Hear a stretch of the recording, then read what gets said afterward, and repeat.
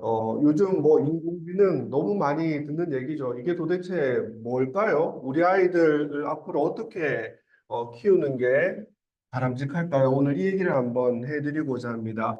뭐 나중에 그 이 슬라이드는 제가 그 집행부에 파일을 드렸거든요. 그래서 이 필요하신 분들은 나중에 그 다니신 학원 선생님들, 원장님들께 요청하시면 아마 파일을 다 받으실 수 있을 겁니다. 네, 뭐 저에 대한 간단한 이런 소개 내용이고요. 어, 네, 뭐 이것저것 많은 일을 했네요. 네, 그래서 이게 똑똑 영어라고 해서 이 책을 가지고 울산에서 여러 번 세미나를 했었고요. 또 영어 관련 여러 가지 책들을 썼었고 이거 이외에 또 논리적 말하기, 논리적 글쓰기, 논리, 논증 뭐 이런 거에 대한 책들을 많이 썼습니다. 오늘 강연을 들어보면 아, 이 사람이 왜 이런 얘기들을 이런 책들을 썼구나라는 거 아마 공감할 수 있으실 것 같아요. 뭐 그리고 법학 관련된 책도 쓰고 또 재밌게 제가 여행 에세이도 하나 쓴 게 있고요. 또 여러 가지 이런 책들을 썼습니다. 오늘 제가 드리고 싶은 얘기는 크게 세 가지인데요. 첫 번째는 영어 공부를 똑똑하게 시켰으면 좋겠다. 똑똑한 영어 공부가 뭔지에 대한 얘기를 잠깐 드릴 거고요. 두 번째로 영어와 대학 입시에 대한 얘기를 잠깐 드릴 거고요. 마지막으로 인공지능과 영어, 앞으로 우리 아이들에게 영어가 무슨 의미인지 어떻게 해야 되는지에 대한 설명을 조금 드리겠습니다. 우리가 흔히 이 사람은 능력 있는 사람이야, 이 사람은 능력 없는 사람이야, 능력을 키워야 돼 이런 얘기를 하죠. 도대체 개인의 능력을 어떻게 평가할 수 있을까요? 이 질문에 대해서 많은 사람들이 뭐 여러 가지 의견을 내지만 저 개인적으로는 개인의 능력은 이렇게 평가할 수 있다고 생각합니다. 첫 번째는 내가 선택한 어떤 분야에서 컨텐츠를 쭉 쌓아가는 거죠. 예를 들면 내가 농사를 짓는 농부라면 농사에 대한 노하우를 키워가는 거고요. 내가 의사가 된다라면 메디컬 사이언스에 대한 전문 지식을 쌓아가는 거고요. 내가 미술가라면 미술을 그릴 수 있는 컨텐츠를 쌓아가는 거죠. 그러니까 어떤 분야이건 내가 선택한 특정 분야에서 컨텐츠를 꾸준히 쌓아가고 내가 가지고 있는 컨텐츠를 다른 사람에게 커뮤니케이션에서 내가 알고 있는 것을 내가 알고 있는 것을 내가 원하는 방향대로 다른 사람들을 그렇게 공감시키고 설득해가고 그렇게 행동할 수 있도록 만들어내는 것. 그래서 보통 이제 사람의 능력을 평가할 때 그 사람의 컨텐츠 더하기가 아니라 곱하기 커뮤니케이션 능력이 그 사람 개인의 능력이다라고 얘기를 해요. 그럼 어떤 사람은 컨텐츠 능력은 엄청 뛰어난데 커뮤니케이션 능력이 완전 제로인 사람도 있죠, 그죠? 우리가 흔히 말하는 너드 같은 애들이죠, 그죠? 검은색 뿔테안기 이만큼 쓰고 자기 혼자 똑똑한데 다른 사람하고 소통이 전혀 안 되는 사람들 있죠, 그죠? 별 필요가 없는 거예요, 사실은. 또 반대로 컨텐츠는 별 볼 일이 없는데 커뮤니케이션 능력이 너무너무 뛰어난 사람도 있죠. 그죠? 근데 이런 사람들 중에 조금 삐딱선을 타게 되면 사기꾼이 되는 거죠. 그죠? 아무것도 없는데 그 사람들을 혹하게 만드는 거죠. 그죠? 자, 그러면 어, 이 얘기를 한번 생각해 보면 공감이 되실 텐데 이미자 선생님이죠. 이미자 선생님은 훌륭하신 분이죠. 이분은 평생 음악을 하셨고 음악이라는 분야에 자기의 컨텐츠를 키우신 분이죠.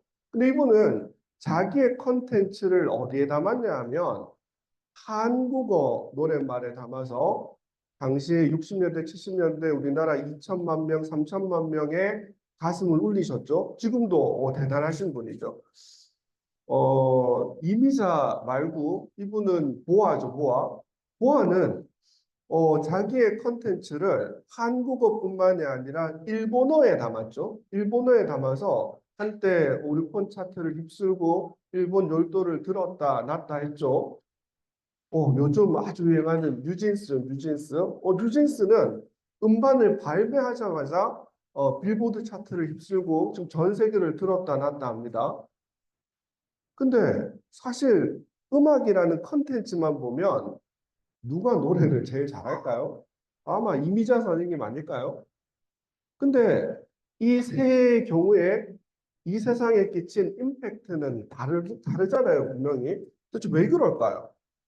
뉴진스는 자기들이 가지고 있는 음악이란 콘텐츠를 어디에 담았냐 하면 영어라는 커뮤니케이션 툴에 담아서 전달을 했거든요. 그래서 내가 가지고 있는 콘텐츠가 영어라는 커뮤니케이션 툴의 파워 때문에 훨씬 더 큰 결과가 나왔다라는 거예요.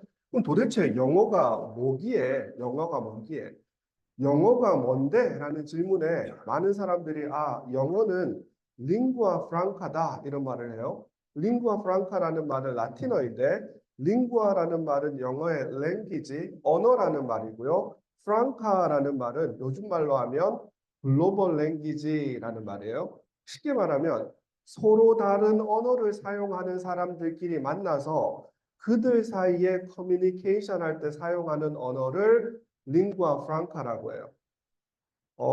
사실은 전 세계에 다양한 언어가 있는데 사용 인구가 가장 많은 언어는 뭘까요? 중국어예요, 중국어. 당연하죠, 당연하죠. 그 다음으로 많이 사용하는 언어는 뭘까요? 스페인어예요, 스페인어. 영어는 사용 인구를 기준으로는 많지 않아요. 근데 중국어는 링구아 프랑카가 아니에요. 중국어는 중국 사람들끼리만 쓰는 언어예요. 스페니쉬는 스페인 사람, 그리고 과거 스페인이 식민지였던 남미, 중미 사람들 간에 쓰는 언어예요. 그 영어는 21세기의 링구아 프랑카예요. 이게 무슨 말이냐 하면 경제학을 하든 법학을 하든 문학을 하든 뭘 하든 간에 서로 다른 언어를 가진 사람들이 모여서 커뮤니케이션 할 때는 뭘로 의사소통을 하냐 하면 영어로 하는 거예요. 영어로 하는 거예요. 이게 영어가 가지고 있는 힘이거든요. 그래서 내가 가지고 있는 컨텐츠를 영어라는 링구아 프랑카에 담아서 의사 전달할 수 있다라면 훨씬 더 파워풀한 결과를 만들어낼 수 있다라는 거죠. 그럼 도대체 영어를 잘한다라는 말은 뭘까요? 뭐가 영어를 잘하는 걸까요? 단어를 많이 외우고 있으면 영어를 잘하는 걸까요? 그거는 전체 그림을 못 보는 바보 같은 얘기예요. 수능 1등급 받으면 영어 잘하는 걸까요? 뭐 애썼지만 그걸로는 영어 잘한다고 얘기할 수는 없어요. 그럼 영어를 잘한다라는 말을 이해하려면 트리비움이라는 단어를 알아야 돼요. 트리비움이라는 말은 라틴어인데 트라이라는 말은 3이에요. 트라이앵글 그러죠. 이란 말은 중성명사를 나타내는 거예요. 라틴어로 서양 애들이 이 말을 뭐라고 표현하냐면 트리비움, 트라이비움이라고 하는데 우리말로 번역하자면 세 가지 것, 삼학 이러니까 되게 어렵게 느껴지죠. 이게 뭔 말이냐 하면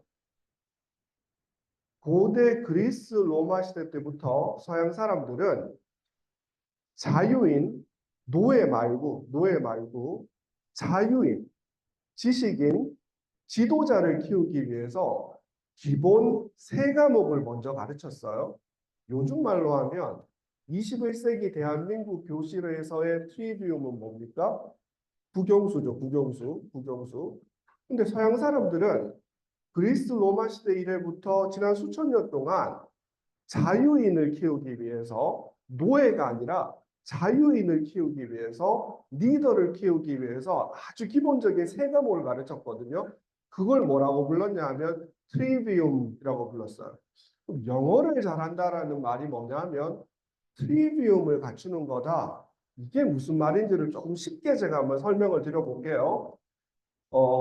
아이들이 어떻게 영어를 배우는지를 이해하려면 여러분들 아이들이 처음 태어나서 옹알이밖에 못하다가 한국어를 어떻게 배우게 되었는지를 한번 생각해 보면 쉽게 이해가 될 거예요. 처음에는 갓난 아이가 의사 전달을 아무것도 못하죠. 추우면 울죠. 배고파도 울죠. 짜증나도 울죠. 울거나 옹알이밖에 못하는 거예요. 그러다가 어느 순간이 되면 아이가 단어를 가지고 자기의 커뮤니케이션을 시작하죠. 예를 들면 밥 이러는 거예요. 물 이러는 거예요. 싫어, 좋아 이제 아이가 단어를 가지고 커뮤니케이션을 시작해요. 근데 이거보다 수준이 조금 더 높아지면 어떻게 되냐면 단어와 단어를 모아서 프레이즈를, 구를 만들죠. 밥 이랬던 애가 따뜻한 밥, 시원한 물, 싫어 이랬던 애가 열나 싫어 이러는 거야. 뭔가 단어와 단어를 모아서 좀 더 디테일한 커뮤니케이션을 시작하는 거예요. 언어 능력이 성장한 거예요. 이거보다 수준이 더 높아지게 되면 단어와 단어와 단어를 모아서 온전한 하나의 문장을 만들어서 의사 전달을 하는 수준이 되는 거예요. 밥! 이랬더니 어느 순간 어머님 따뜻한 밥 한 끼 지어주세요 이러는 거예요. 우와 웃는 거랑 밥 이러는 거랑 어머님 따뜻한 밥 한 끼 지어주세요. 다 똑같은 얘기예요. 밥 달라는 얘기예요. 뭐가 달라진 걸까요? 커뮤니케이션의 수준이 높아진 거예요. 이해되죠? 근데 여기서부터 여기까지는 우리가 잘하는 것처럼 해당 언어에 그냥 노출되면 자연스럽게 되는 거예요. 우리 모두가 한국어에 노출되다 보니까 어느 순간 그거 하고 있죠, 지금 그죠? 그거 하고 있잖아요. 이걸 언어학자들이 고상하게 뭐라고 표현하냐면 language acquisition이라고 해서 언어 습득을 했다 그래요. 왜 인간이 언어 습득이 가능하냐 하면 인간의 브레인이 다른 동물들과는 다르게 독특한 능력이 있어요. 그게 뭐냐면 특정 언어의 일정 양 이상이 노출되게 되면 나도 모르게 단어와 단어를 조합하는 규칙을 그냥 알게 되는 거예요. 그래서 나도 문장을 쓸 수 있게 되는 거예요. 그러한 인간의 능력을 뭐라고 말하냐 하면 언어학자들이 linguistic competence라고 해서 언어 능력이라고 표현해요. 언어 능력. 이건 그냥 되는 거예요. 그냥 되는 거예요.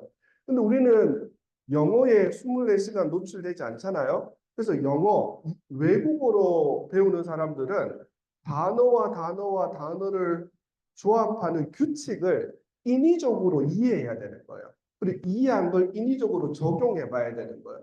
그래서 우리가 중고등학교 다닐 때 배웠던 게 뭐냐 하면 그라마라는 걸 배웠어요. 그라마라는 걸 우리나라에서 정확하게는 일본과 중국에서 한자로 문법이라는 한자로 번역했어요. 이 번역이 엉터리예요. 그래서 그라마라는 단어가 가지고 있는 의미를 전혀 왜곡하게 번역했어요. 문법이라고 하니까 그럴 문자에 법법자를 썼어요. 마치 투부정사를 틀리면 징역 한 5년 받아야 될 것 같죠, 그죠? 그런 거 아니에요. 드라마라는 건 법이 아니라 뭐냐면 단어와 단어와 단어를 조합하는 규칙, 원칙, 끝. 그게 다예요, 그냥. 단어와 단어를 조합하는 규칙과 원칙을 뭐라고 말한다? 그라마라고 하는 거예요.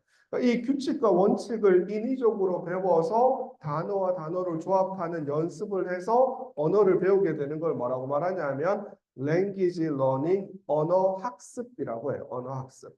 그래서 이제 언어학자들은 보통 우리가 세컨 랭귀지처럼 마더텅 모국어 두 번째 모국어처럼 영어를 배우자 이걸 ESL 어프로치를 하자 뭐 이러고 외국어니까 그 규칙을 인위적으로 이해해서 언어를 배워야 된다, 학습해야 된다, EFL 어프로치다, 뭐 이런 말을 쓰기도 하는 거예요. 여하튼 단어를 모아서 문장이 될 때는 규칙을 지켜야 되는 거예요. 마찬가지로 문장과 문장과 문장을 모아서 하나의 패러그래프가 될 때도 그냥 모은다고 해서 되는 게 아니라 반드시 어떤 규칙을 지켜야 되거든요. 예를 들면 아까 밥 이랬던 아이가 어느 순간 어머님 따뜻한 밥 한 끼 지어주세요 이러는 거예요. 근데 이 아이가 수준이 더 높아지면 이러는 거예요. 어머님 따뜻한 밥 한 끼 지어주세요. 왜냐하면 오늘 아침에 어머님이 늦잠을 주무시는 바람에 제가 군부 학교에 갔어요. 지금 2시인데 아직도 주무시네요? 저 배고파 죽겠어요. 지금 당장 일어나셔서 따뜻한 밥 한 끼 지어주시는 게 옳지 않을까요? 길게 얘기했지만 한마디로 뭐 하라는 얘기죠? 밥 얘기해요, 밥. 수준이 높아졌죠, 그죠? 근데 이 아이가 수준이 더 높아지게 되면 이제 패러그래프와 패러그래프와 패러그래프도 규칙에 따라서 조합을 해서 하나의 패시지를 만들어서 패시지 차원에서 의사 전달을 하는 거예요. 예를 들어서 밥 이랬던 아이가 이제 이러는 거예요. 어머님, 지금 당장 일어나셔서 따뜻한 밥 한 끼를 지어 주셔야 되겠습니다. 첫째, 아동인권이라는 측면에서 더 이상 주무시면 안 됩니다. 어쩌고 저쩌고 저쩌고. 둘째, 부모의 양육의 의무라는 측면을 생각해 보세요. 어쩌고 저쩌고 저쩌고. 셋째, 화목한 가정이라는 측면에서 생각해 보세요. 지금 또 주무시고 계시면 조금 있다가 아버지 오시면 또 한판 싸우실 것 같은데 그런 가정은 원치 않아요. 어쩌고 저쩌고.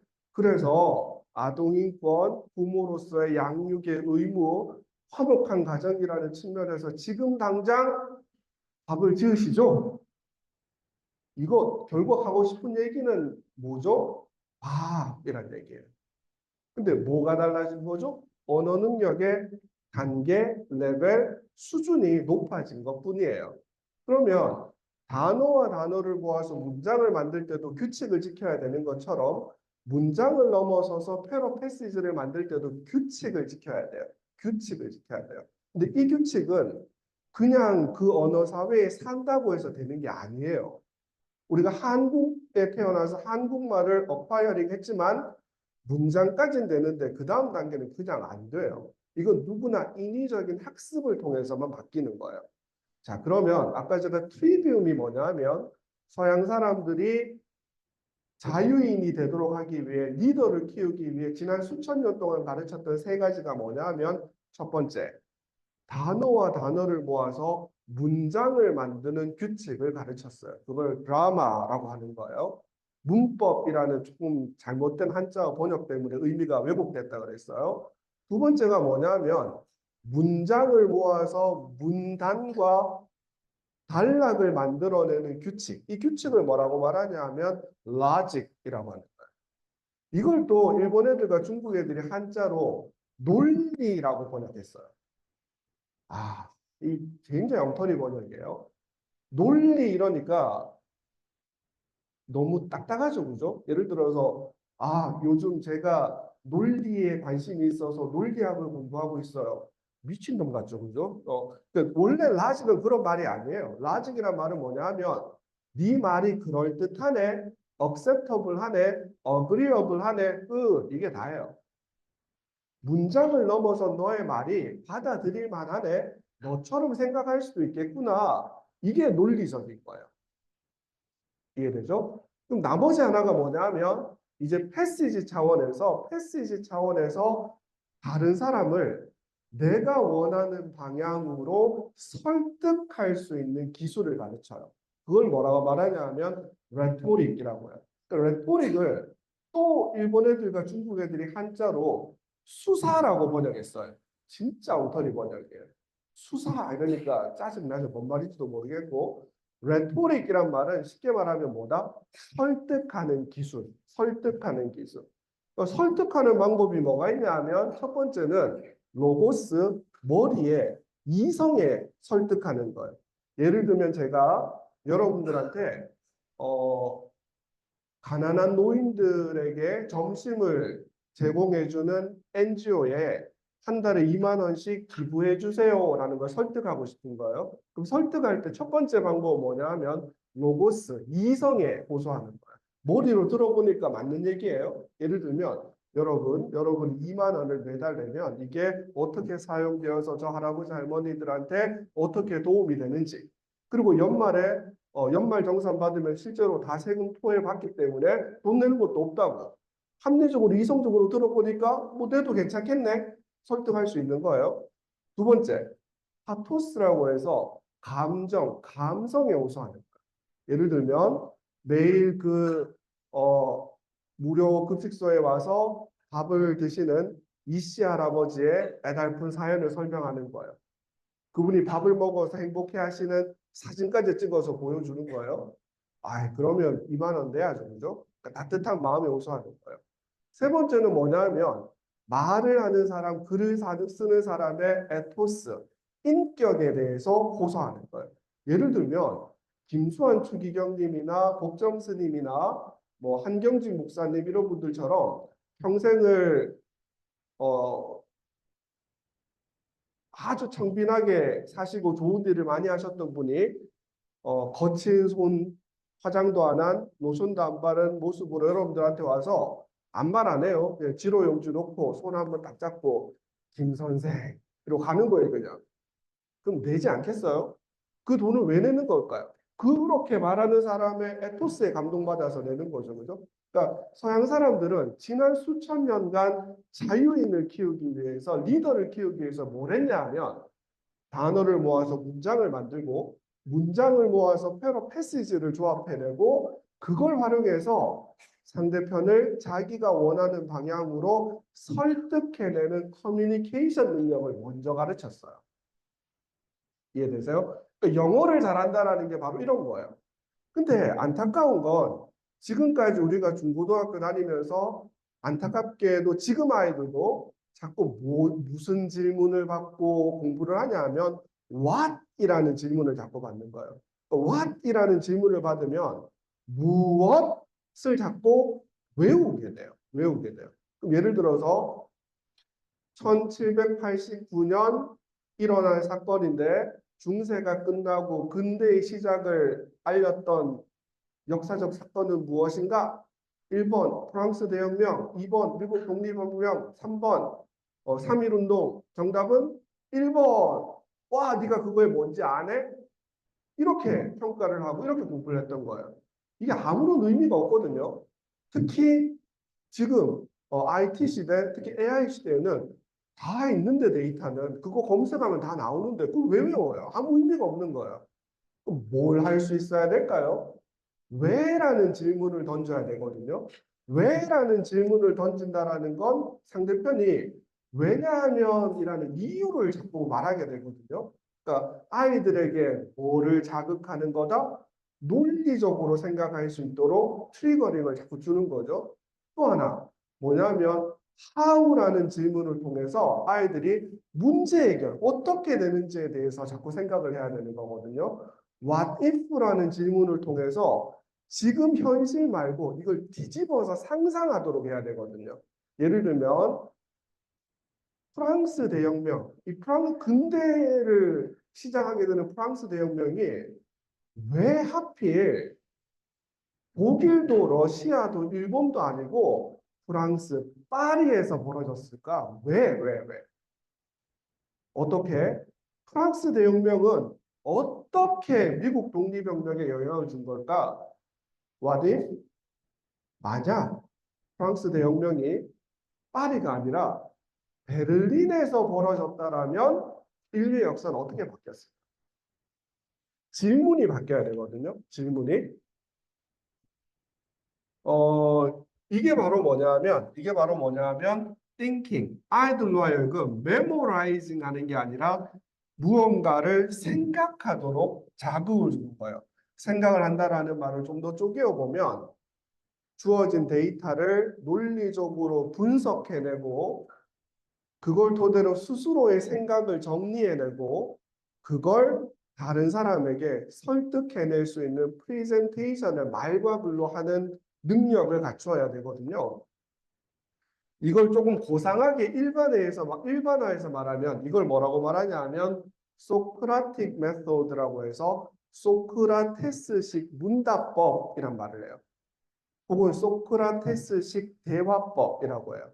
이 소크라틱 메소드가 뭐냐면 아주 쉽게 얘기하면 세상에 존재하는 모든 문장을 일단 두 종류로 나눌 수 있어야 돼요.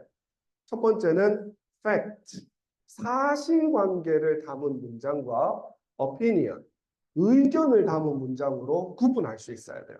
예를 들어서 난 자유무역이 좋아. 이건 팩트일까요? opinion일까요? opinion이죠. 저의 opinion이에요. 우리나라는 1960년도에 너무 가난했는데 2024년 현재 세계 10위권 플러스 마이너스 안에 드는 경제 대국으로 성장했어. 이건 팩트죠, 그죠? 그러니까 팩트와 오피니언을 나누는 작업. 그 팩트에 대해서는 반드시 뭘 해야 되냐 하면 팩트 파인딩, 요즘 말로 하면 팩트 체크를 해야 돼요. 정말 그게 사실인지 아닌지.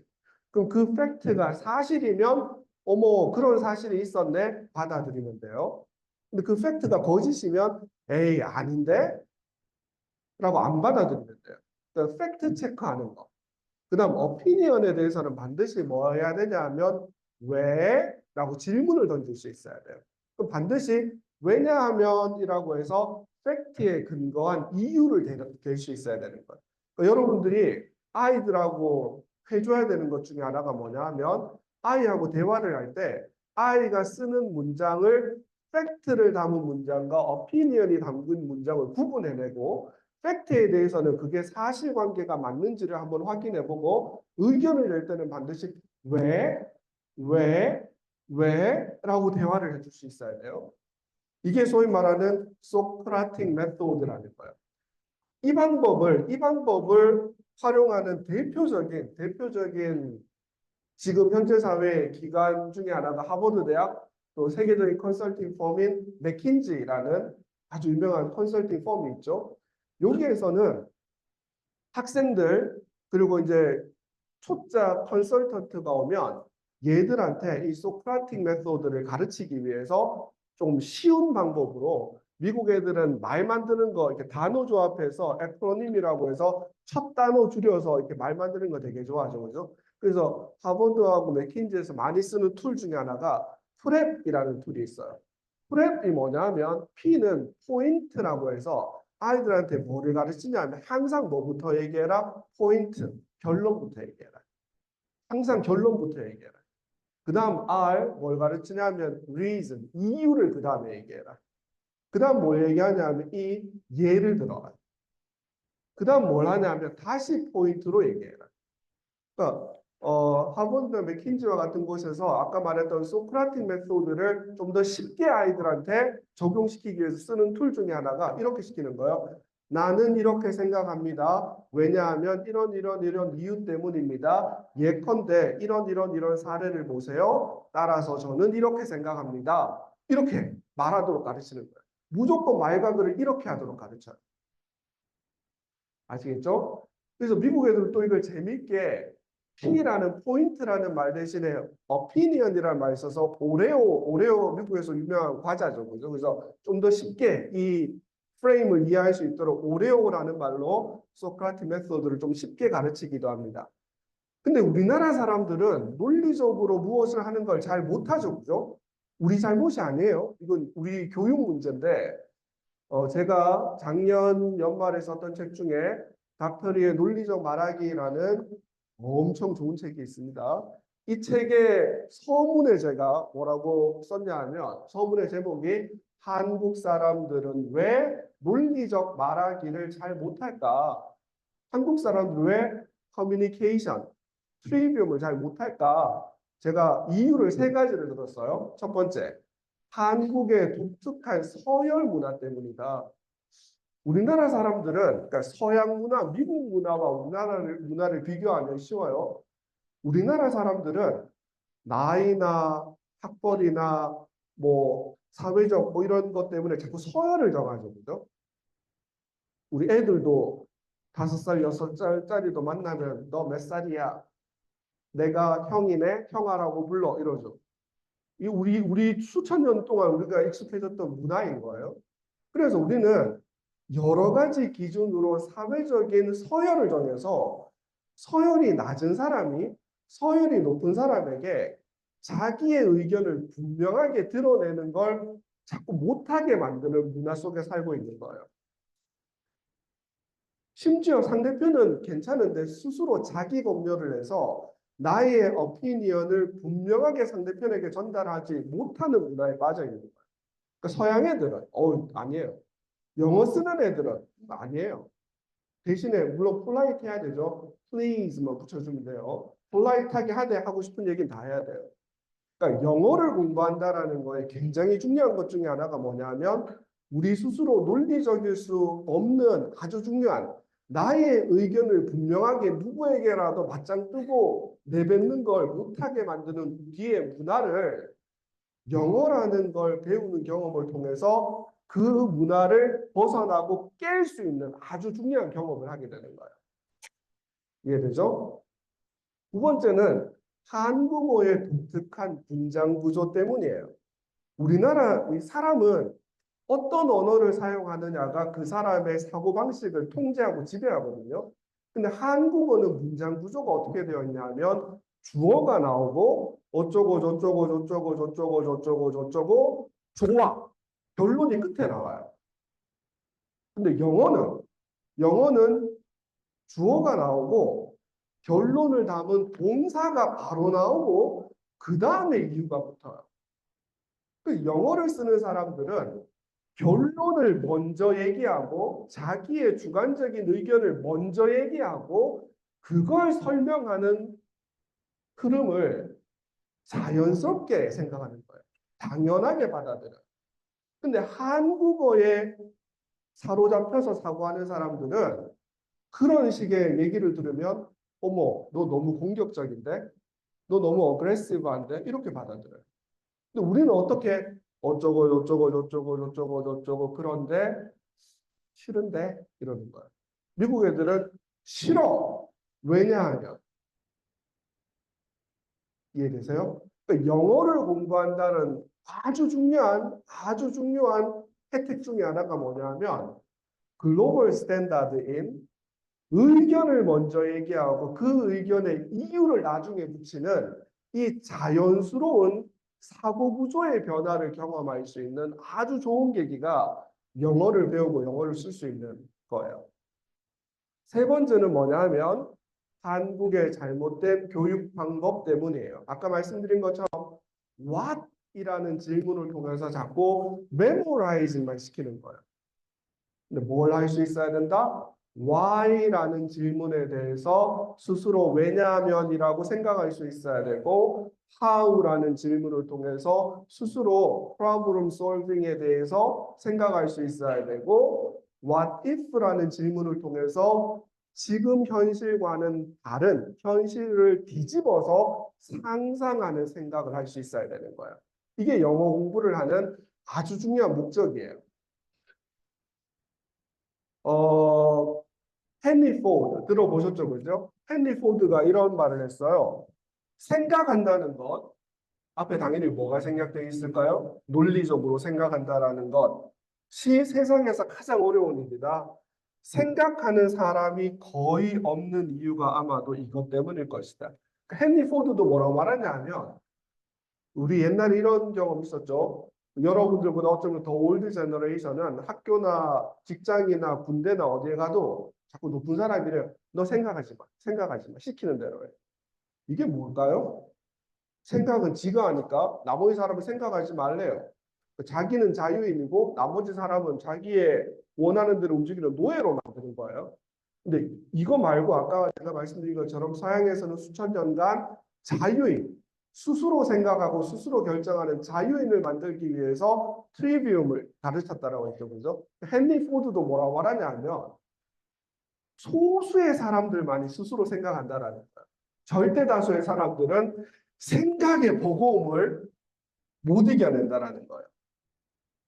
토마스 에디슨이 했던 유명한 말 중에 단 5%의 사람들은 논리적으로 생각한대요. 10%의 사람들은 자기가 스스로 생각한다고 착각한대요. 다른 사람의 생각을 외워놓고 그게 자기 생각인 양 지가 생각했다고 착각한다라는 거예요. 나머지 85%는 너 생각 좀 해. 그럼 차라리 나를 죽여라. 이렇게 얘기한대요. 그러니까 생각이 이만큼 버거운 일이에요. 생각은 훈련을 통해서 바뀌는 거예요. 영어와 대학 입시, 우리가 우리나라뿐만이 아니라 전 세계의 대학 입시를 복잡하고 다양하지만 일반화해보면 다음과 같이 일반화할 수 있어요. 첫 번째는 대학 자체에서 교수들이 저 아이가 똑똑한지를 평가해요. 미국도 한국도. 두 번째, 내신 성적 GPA를 봐요. 고등학교 때 얼마나 성실했는지 확인하는 거예요. 미국도 한국도 프랑스도 다 똑같아요. 세 번째, 기타 서류. 이런 걸로 앞서 말했던 이런 걸로 확인한 데는 얘가 특별한 탤런트가 있네. 이런 인트리스트가 있네. 이런 걸 확인하는 거예요. 마지막이 뭐냐면 표준화된 시험. 미국의 SAT. 근데 미국의 SAT하고 대학 자체 시험이 뭐냐면 결국 왜라는 질문에 왜냐하면이라는 답변을 할 능력이 있는지를 평가하는 시험이에요.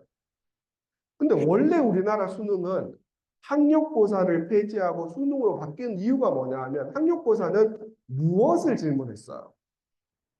이게 잘못됐다라는 걸 알았어요.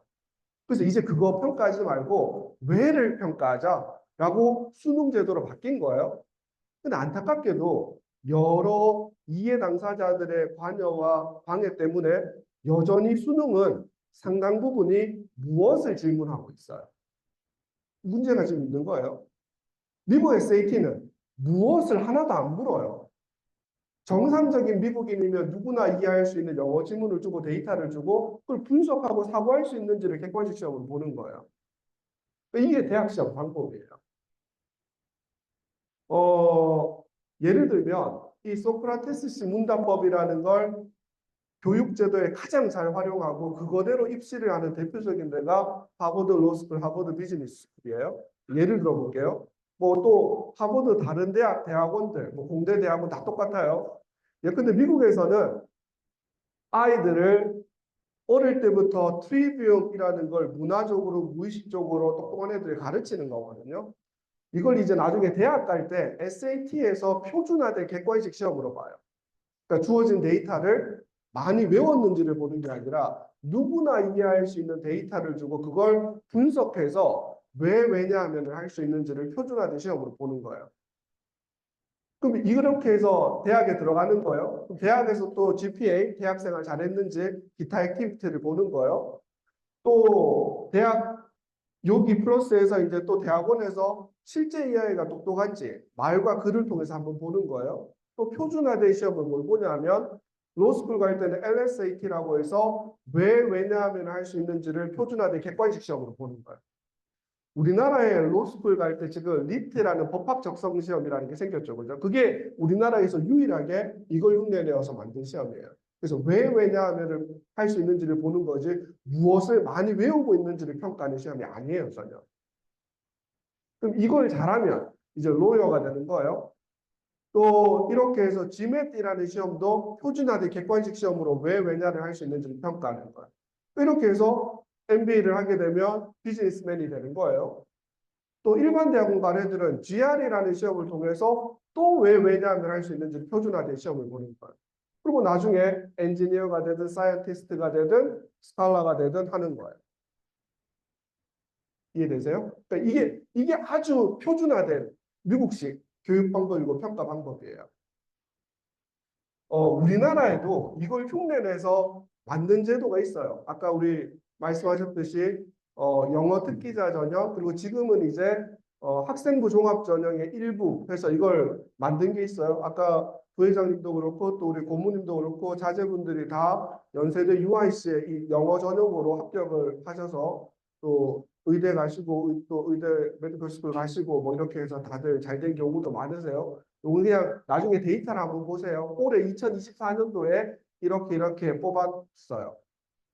그리고 나머지 전형에 비해서 이 영어로 논리적으로 무엇을 할 수 있는 아이들은 경쟁률이 훨씬 낮아요. 훨씬 더 쉽게 가요. 훨씬 더 쉽게 가요. 잉글리시 디바이드라는 표현을 혹시 들어보셨나요? 우리나라에서는 이걸 영어 격차라고 하는데 영어 격차가 뭐냐 하면 영어 능력이 있고 없고에 따라서 경제적인 격차가 생기게 되고 사회 경제적인 여러 기회의 격차를 경험하게 되는 거예요. 실제 우리나라 대학 입시에서 지난 10년, 20년 동안 영어 능력이 뛰어나다. 영어 능력이 뛰어나다란 말이 수능 1등급을 얘기하는 게 아니라 그랬어요. 문장을 넘어서서 패러 패시지 차원에서 논리적으로 무엇을 할 수 있는 능력이 있고 없고에 따라서 이 능력이 있는 사람과 없는 사람 사이에 엄청난 혜택이 차이가 생겼어요. 그 격차가 있었거든요. 요즘 우리나라뿐만이 아니라 전 세계적으로 문제가 되는 게 사회 양극화라는 말을 하죠. 실제 돈이 있고 없고의 차이 때문에 영어 능력의 차이가 안타깝게도 생겨요. 그리고 영어 능력의 차이가 더 큰 경제적 격차를 만들어내는 또 이들 간의 악순환의 문제가 있어요. 이게 어, 사회적 양극화를 만들어내는 원인 중에 하나인데 또 하나가 뭐냐면 디지털 사회가 등장하면서 돈이 있고 없고에 따라서 디지털 디바이드가 생기는 거예요. 돈이 있는 사람들은 스마트폰도 사고 최신형으로 AI 되는 스마트폰도 사고 태블릿도 사고 5G 무제한으로 쓰고 하죠. 돈이 없는 사람들은 그걸 못하는 거예요. 돈 있고 없고에 따라서 디지털 디바이스에 대한 접근성이 달라지는 거예요. 근데 이 접근성의 차이가 더 큰 빈부격차를 만들어내는 양극화의 문제가 있는 거예요.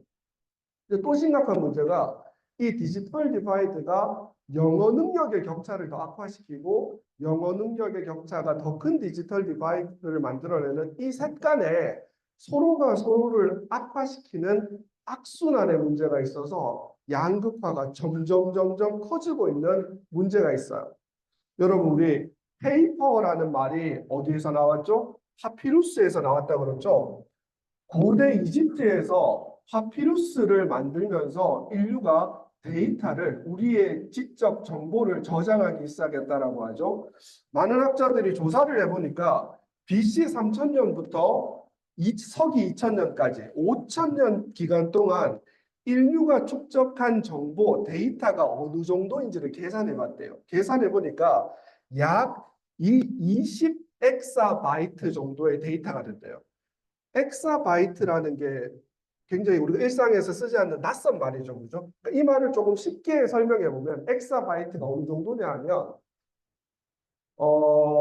책으로 따지면 약 책을 1조 6천억 권 정도에 해당되는 정보래요. 전 세계에서 가장 많은 데이터 정보를 보유하고 있는 데가 어디냐면 미 의회 도서관이에요. 근데 미 의회 도서관이 가지고 있는 데이터를 곱하기 300 정도 한 게 1엑사바이트 정도래요. 그 1엑사바이트가 책으로 따지면 지구 표면에서 달을 향해서 책을 쌓으면 달보다 조금 몸비치는 38만 4,400km 정도로 책을 가로로 해서 쌓을 수 있는 데이터가 지난 5,000년 동안 인류가 생산한 데이터래요. 그럼 이 데이터에는 뭐가 들어갈까요? 함무라비 법전 얘기도 들어가고 조선왕조 실록도 다 들어가고 여러분이 온라인에 댓글 단 것도 들어가고 인류가 생산한 모든 정보가 5,000년 동안 생산한 정보가 저 정도 된대요. 근데 정보사회가 등장했다. 빅데이터가 등장했다. 빅이란 말을 쓰죠. 왜 빅이란 말을 쓰냐 하면 2024년 현재 매일매일 생산되는 데이터가 어느 정도냐 하면 2.5 퀸틸리언 바이트 정도가 되거든요. 이건 뭔 말인지 잘 모르겠죠. 그죠? 숫자로 표현해 보면 100경인데요. 10에 18승 정도에 해당되는 데이터 바이트가 매일 생산되고 있대요. 너무 복잡하죠? 그럼 조금 비교해 보면 이게 약 2.3 엑사바이트인데 이 말의 의미가 뭐냐면 인류가 지난 5,000년 동안 생산했던 데이터의 양이 2024년 현재 속도를 기준으로 보면 약 8.7일 만에 지난 5,000년 동안 생산했던 데이터의 양만큼이 8, 9일 만에 계속 생기고 있어요. 엄청난 양의 데이터가 쏟아지고 있는 거예요. 그래서 이걸 표현하기 위해서 뭐라고 표현하죠? 빅데이터가 그러는 거예요. 빅데이터가 정말 등장하는 거예요. 시간이 지남에 따라서 데이터의 양, 우리가 생산하는 정보의 양은 정말 기하급수적으로 늘어나고 있어요. 근데 이 데이터들 중에 대략 80% 정도가 다 영어를 기반으로 생산되는 정보예요. 영어를 기반으로 생산되는 정보예요. 그럼 영어를 잘하는 사람과 못하는 사람 사이에 엄청난 속도로 늘어나는 이 데이터를 수용하고 못하고의 격차가 점점 더 커지게 되는 거예요. 쉽게 말하면 여러분 할아버지 세대 때 일제시대 때 해방 직후에 영어를 잘한 사람과 못한 사람 사이에 사회 경제적인 혜택과 격차가 있었죠.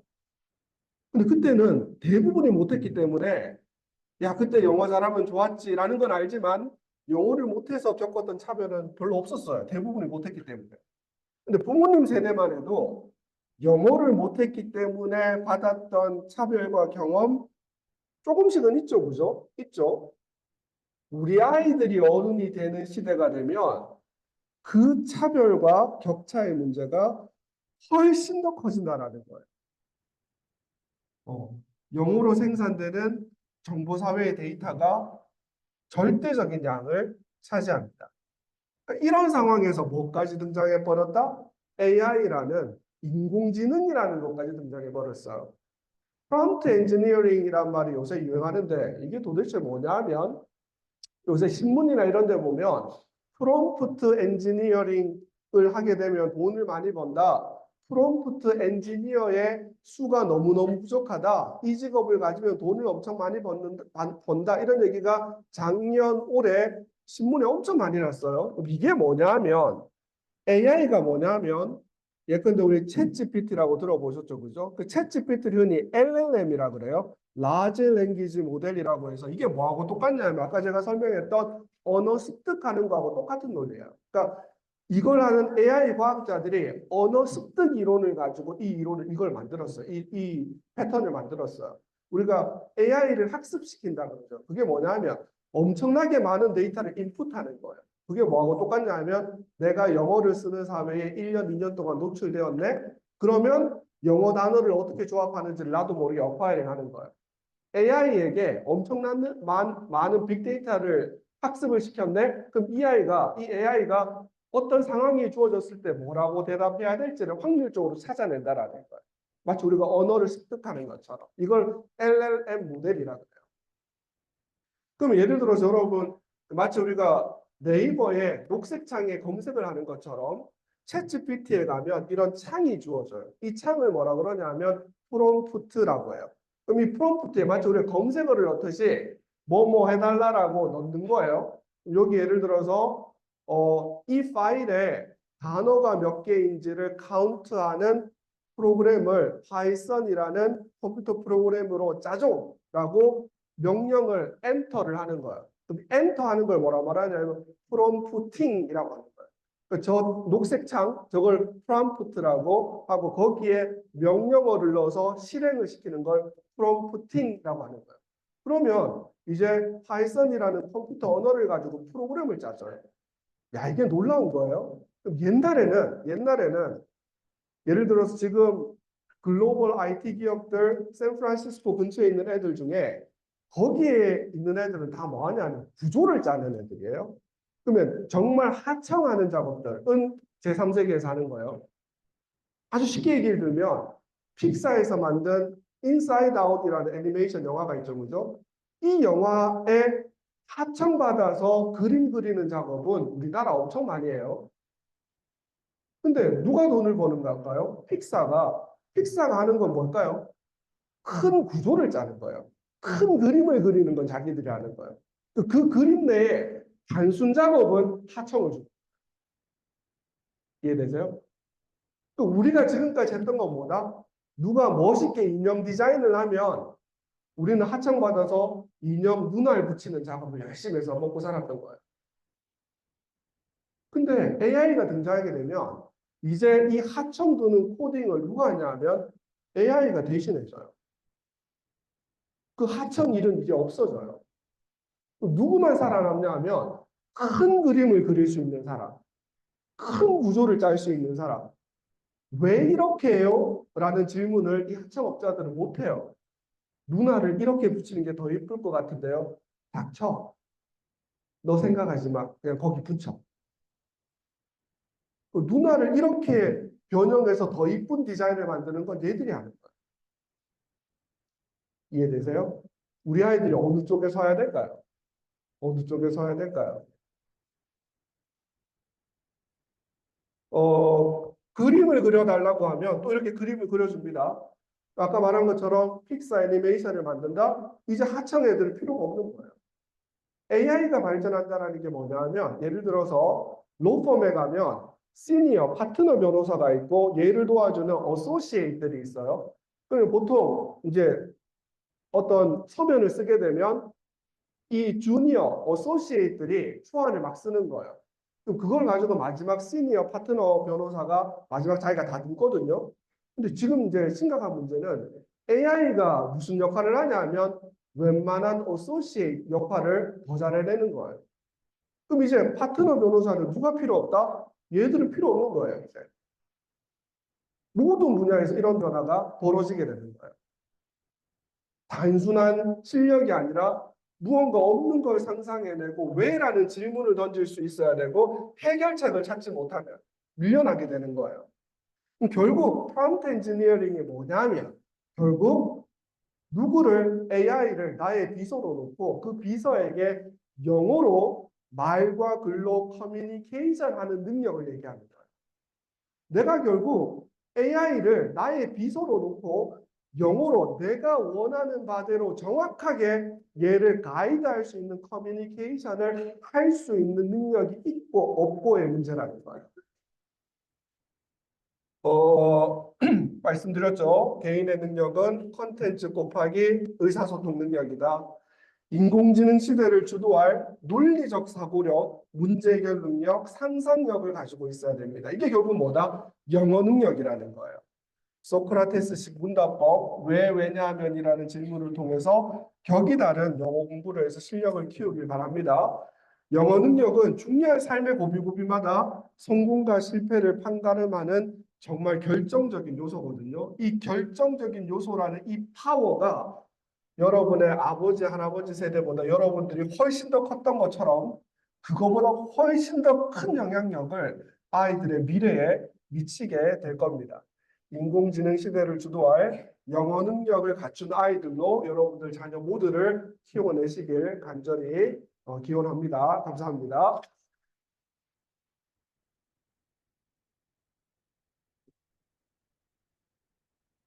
네, 오늘 우리 이상호 목사님의 강연 정말 유익하게 잘 들었습니다. 어머니 안녕 말씀드리겠습니다. 아이들 지금 아직 안 나와 있습니다. 자기 이동 급하게 서두르실 필요가 없습니다.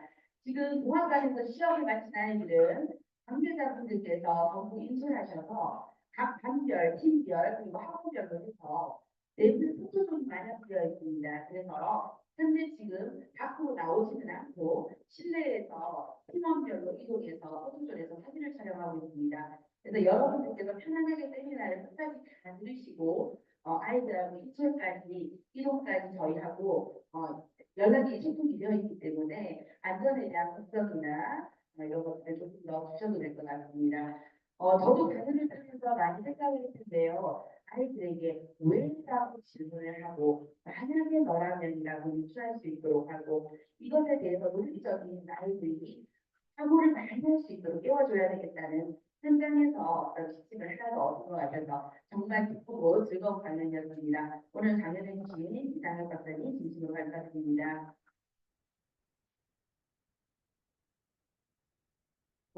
강연을 마치고 저희가 드릴 말씀 간단하게 저희가 안내드리도록 하겠습니다. 오늘 주차비 정산은 울산 외교협에서 타변성산이 되어 있습니다. 따라서 가실 때 편안하게 주차 바로 하시면 되도록 하고요.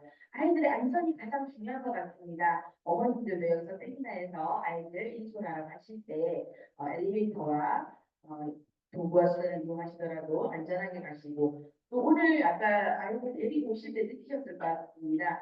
정차 금지였습니다. 아이들이 내 아이만 소중한 것이 아니라 우리 모두의 안전이 소중한 것이고 하차하실 때도 그리고 집으로 귀가하실 때도 전체적인 안전을 고려하셔서 안전한 인솔을 좀 끝까지 부탁드리겠습니다. 자리 정리 좀 부탁드리고요. 오늘 우리 아이들에게도 영어 실용한 능력 그리고 소통 능력에 대해서 숙달된 좋은 영어 동시대회가 되기를 바라고 학부모님들도 안전하고 즐거운 하루가 되셨기를 바랍니다. 감사합니다. 감사합니다.